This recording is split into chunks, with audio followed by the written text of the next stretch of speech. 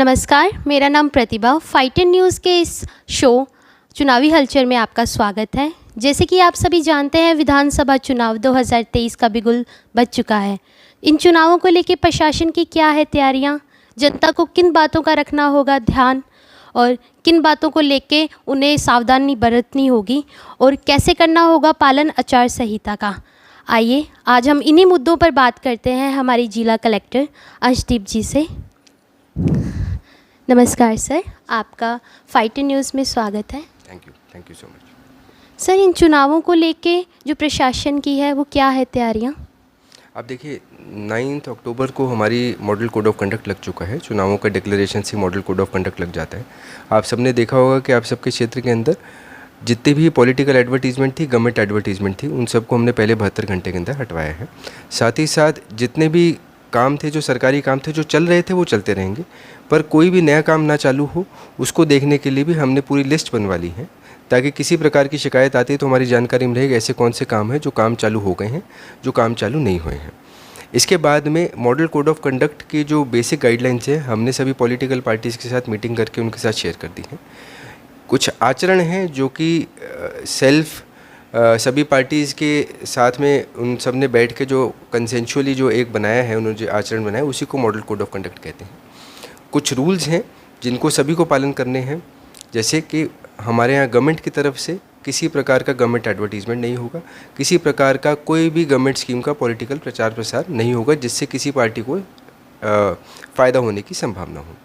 कोई भी जो मिनिस्टर्स अपने ऑफिशियल व्हीकल यूज़ नहीं करेंगे, कोई भी पॉलिटिकल फंक्शनरी अपने ऑफिशियल व्हीकल्स को इस्तेमाल नहीं करेंगे, वो किसी भी प्रकार के ऑफिशियल और पॉलिटिकल वर्क को साथ में नहीं जोड़ पाएंगे। ये भी बड़े अच्छे से क्लियर करवा दिया गया है। जो पॉलिटिकल पार्टीज़ हैं उनको भी बड़े स्पष्ट रूप से उनकी भी गाइडलाइंस हैं। उनके आचरण के अंदर किसी प्रकार का कम्युनल हेट्रेड या किसी भी जाति के ऊपर लड़ाई जाने की संभावना जो हो, कोई भी ऐसा अनवेरीफाइड क्लेम या किसी की पर्सनल लाइफ के ऊपर अटैक, ऐसा कोई भी ना करे, ये भी हमने सबको बता दिया है। ये सब का सब मॉडल कोड ऑफ कंडक्ट का वायलेशन है।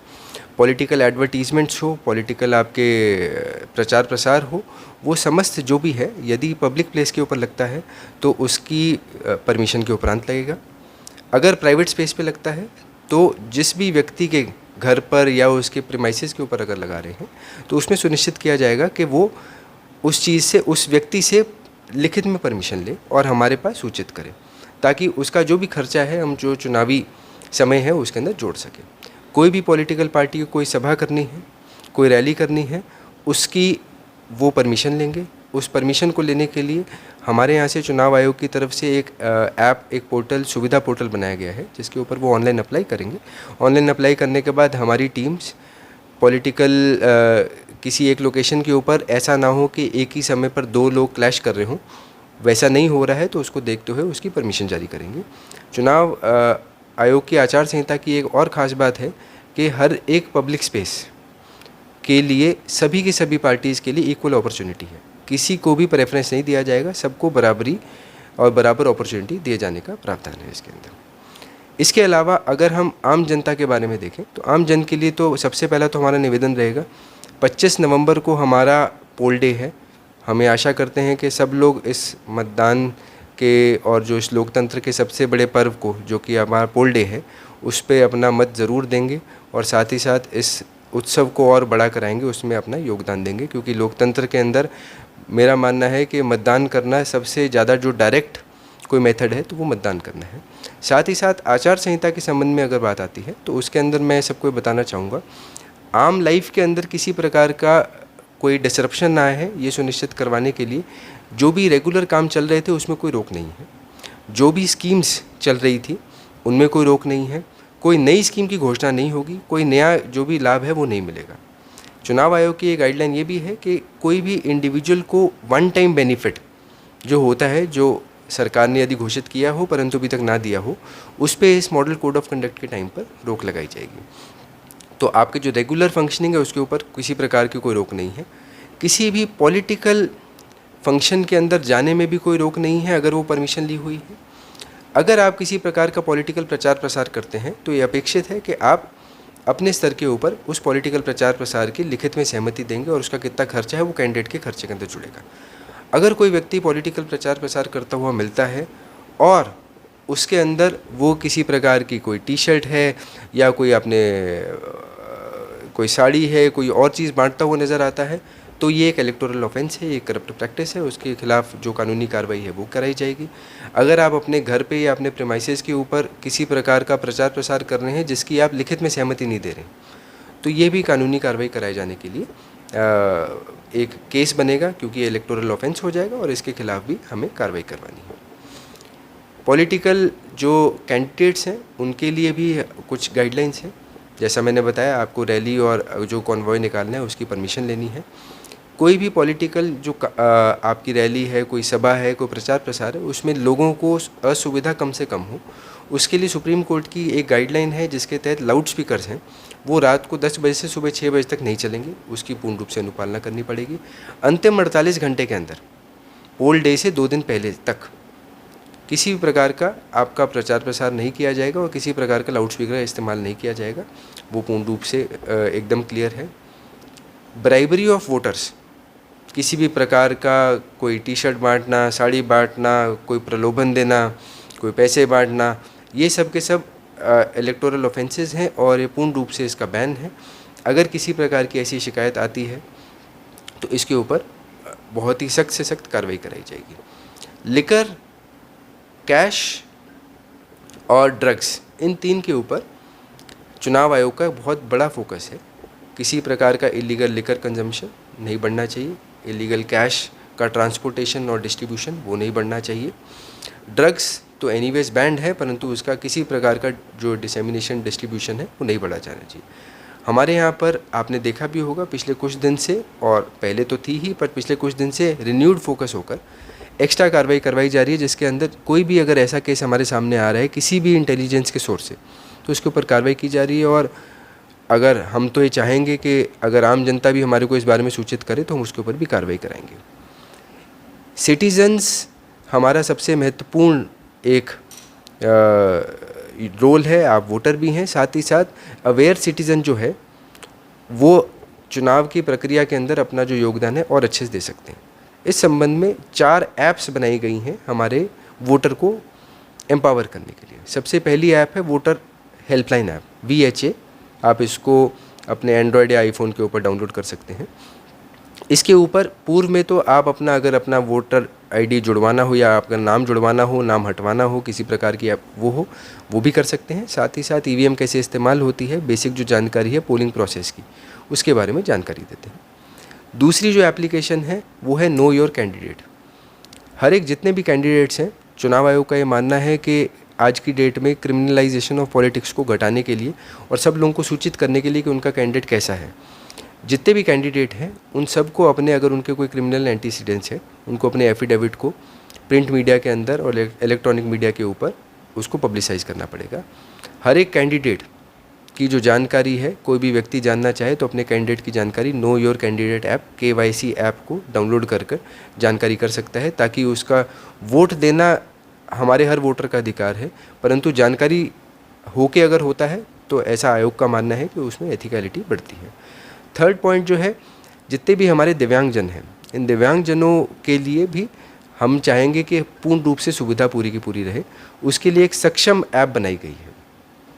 सक्षम ऐप के द्वारा कोई भी दिव्यांग अपने बूथ पर आने से पहले यदि रिक्वेस्ट करता है कि साहब मैं आना चाहता हूँ, मेरे लिए वहाँ पर कृपया करके व्हीलचेयर की व्यवस्था कराई जाए, वॉलंटियर की व्यवस्था कराई जाए, तो वो इस ऐप का इस्तेमाल करके बता सकता है, ताकि हमारा वॉलंटियर और हमारे जो व्हीलचेयर है वहाँ पर उपस्थित रहेगी। हमारी पूरी मंशा है कि 100% लोकेशंस के ऊपर हमारे वहाँ पर व्हीलचेयर की व्यवस्था रहे, ताकि किसी दिव्यांग को दिक्कत ना हो।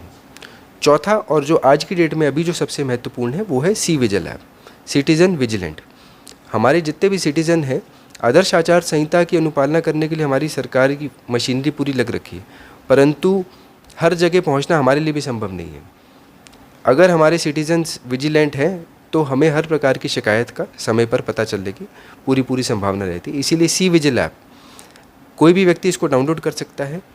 किसी प्रकार की आचार संहिता का वायलेशन यदि हो रहा है, आपको कोई नज़र आ रहा है, आप उसी समय अपनी डिटेल के साथ, लोकेशन के साथ फ़ोटो या वीडियो या ऑडियो खींच के आप भेज सकते हैं। इस पे आपका लोकेशन, फ़ोटो, वीडियो या ऑडियो वो सारा का सारा सामने आ जाएगा। ऐसी हर एक कंप्लेंट को हमें 100 मिनट के अंदर निस्तारित करना है। तो आप कोई भी कंप्लेंट करेंगे, अगर अभी करेंगे तो 2 घंटे से कम के अंदर उसका निस्तारण होगा। ये सुनिश्चित करना हमारा काम है। इसकी ऑनलाइन मॉनिटरिंग के लिए हमारी टीम जो है वो लग चुकी है। तो हमारी सी विजिल की टीम है, हमारा 1950 नंबर का एक हेल्पलाइन नंबर है, जिस पे अगर किसी प्रकार की आपको शिकायत करनी है, किसी प्रकार की पोलिंग संबंध में जानकारी चाहिए, तो 1950 के ऊपर भी आप फ़ोन करके पता लगा सकते हैं। जैसे कि सर अभी त्योहारों का सीज़न चल रहा है और कोई अगर नेता त्योहारों की आड़ में अगर अपना चुनावी प्रचार करता है तो आप प्रशासन उन्हें कैसे रोकेंगे?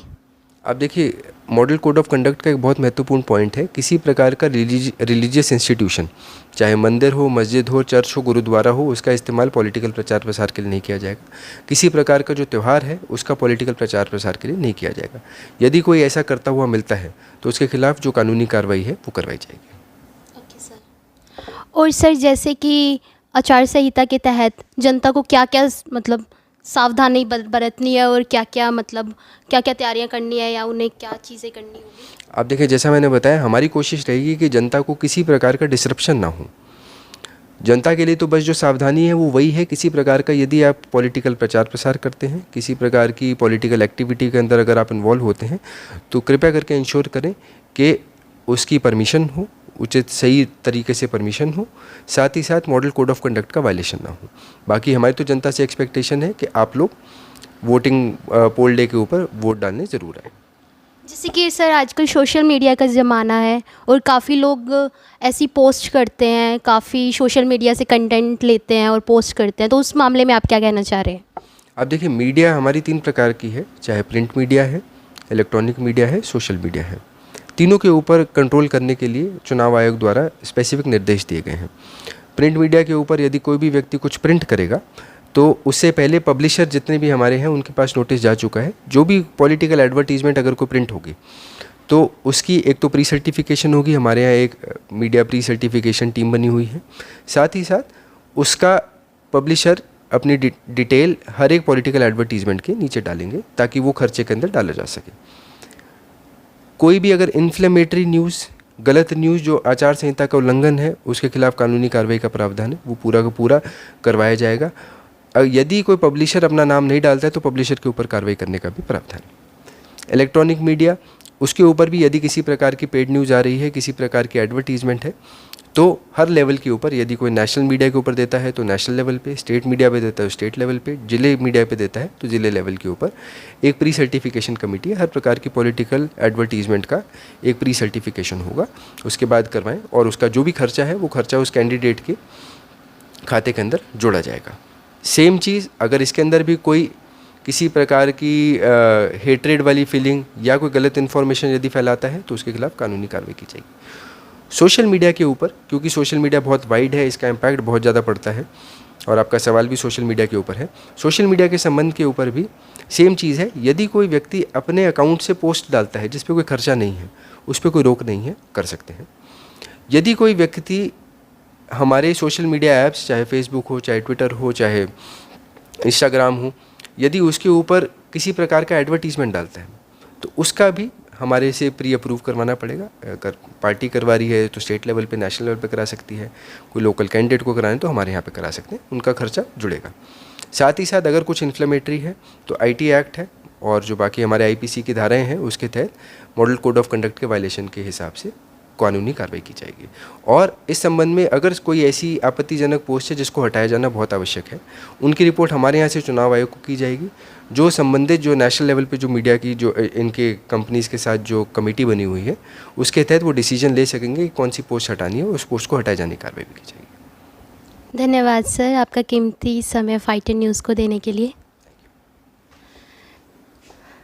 जैसे कि अभी हमारी बात हमारे जिला कलेक्टर अंशदीप जी से हुई, हमारा फाइटर चैनल यही कार्यक्रम आगे ऐसे भी चलाते रहेगा। आगे अनेक अधिकारियों, नेताओं और जनताओं के बीच हम जाके ऐसी ही बातें करते रहेंगे। तो हमारे साथ जुड़े रहिए हमारे इसी चैनल फाइटर न्यूज़ में। धन्यवाद।